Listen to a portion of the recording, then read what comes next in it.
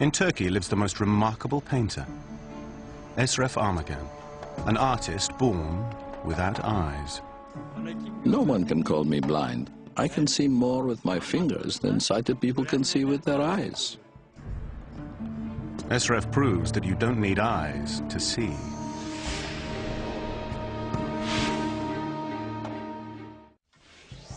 At the University of Toronto, perception and cognition psychologist Dr. John Kennedy is investigating the abilities of an astounding man, Esref, the blind painter.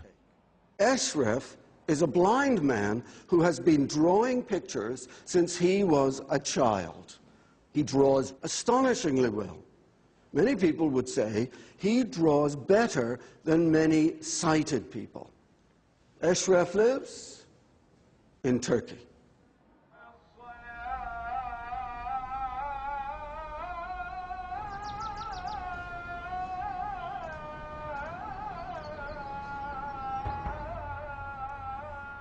Esref Armagan has a genetic mutation that caused him to be born without eyes. This seeming defect has given him the most remarkable power. While he paints a landscape he cannot see, this artist is changing everything science has assumed about vision. Esref has never seen light. Paint a picture is that I start by imagining shapes that I have already felt. Then I form those shapes into the painting I want to create. I make a plan of the picture completely in my head before I start to draw it.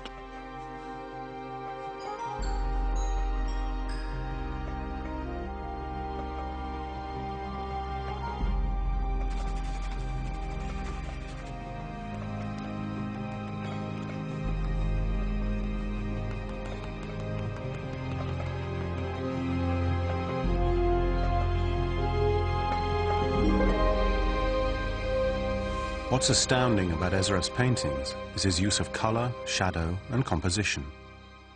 And most importantly, perspective. The way he draws objects receding into the distance. It is not meant to be possible to paint such recognizable and well-composed images without eyes. At Harvard Medical School's Neurology Center, scientists are mystified by Esref's abilities. They want to scan his brain in order to find out how he does it. Esref is doing something that we thought was locked in the visual brain and was only possible if you had visual input. And it's the way Esref grapples with three-dimensional space that has the scientists particularly excited. But Esref wishes that people would pay more attention to what he paints, not how he can paint. He wants to be known as a great artist in his own right. I want to be remembered as a person who was able to see the world with their fingertips. I want to be remembered for my art. But for now, he's agreed to help the scientists. And Dr. Kennedy has devised a most ambitious experiment. He wants to find out if Esref truly understands perspective. And my experiment is going to be asking Esref to draw a particular building in Florence, in Italy, that was the source, the origin of the discovery of perspective, how we show depth in pictures. In 1413, Filippo Brunelleschi stood on the steps of the Duomo, the great cathedral he designed and built. He looked across the square at the baptistry, an octagonal Roman structure. It was this building that finally unveiled to him the equation for perspective. The complex geometry makes it extremely difficult to draw, even if you can see. Can he tackle a complicated object like the baptistry and handle all its parts and draw it and get all three dimensions of space and get them right? If he can, this man is astounding. Esref, the blind painter, has arrived in Boston. He's agreed to meet the world-renowned neurology team at Harvard. They're amazed by him and want to know how a man without eyes can paint such incredible pictures using scale and perspective.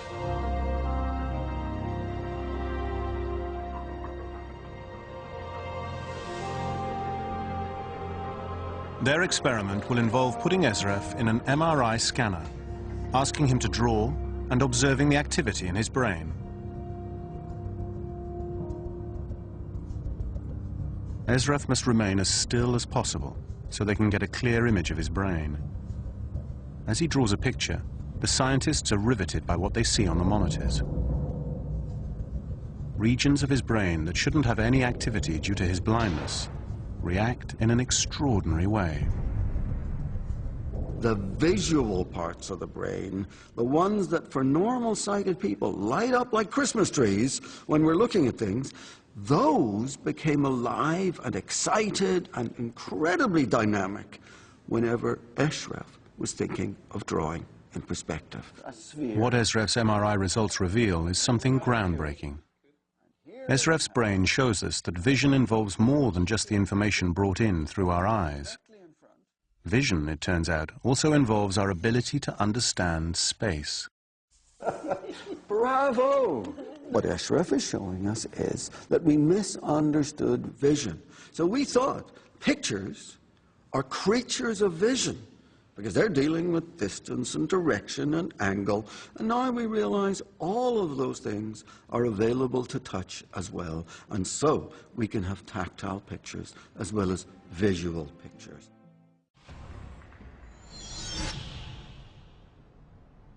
As Wim forges through the frozen wasteland, a blind man from Turkey is going to attempt to outdo Filippo Brunelleschi, the most important architect of the Renaissance. I'm going to ask Esref to sit here where Brunelleschi was and draw this building. John?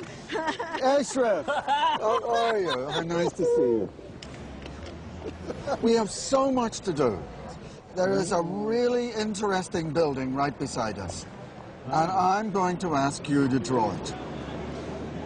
First, we got to find out the shape of the building. There's the side, right? Then you come to the corner, and then it goes at an angle. Esref has been given no prior clues about this building. He's entered into this experiment without knowing what he was going to be asked to do. What Esref must do is draw the sides of the baptistry upwards and downwards so that the lines converge on the horizon. This is what Brunelleschi did, and this is what even now most sighted people get wrong. Okay, Esref, what I would like you to do is to draw the baptistry as if you're standing in front and the roof is far above your head and you're in front of one wall of the building. I'm you. Okay, go for it.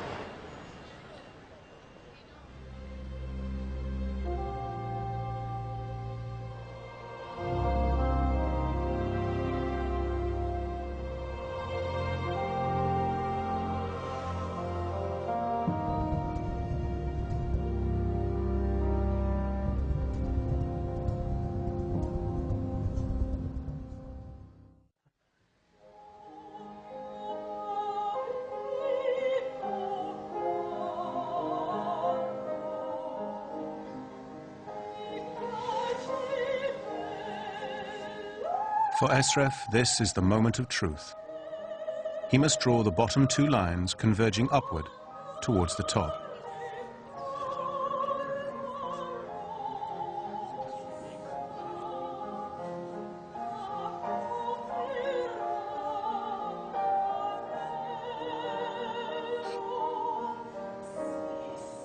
Esref Armagen has just set his place in history.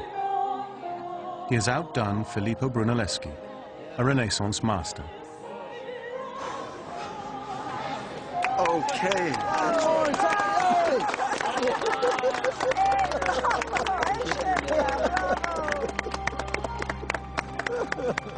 Bravo, bravo, ja. Çok iyi yaptın. This is a moment that happened first 600 years ago. The next time it happened was today.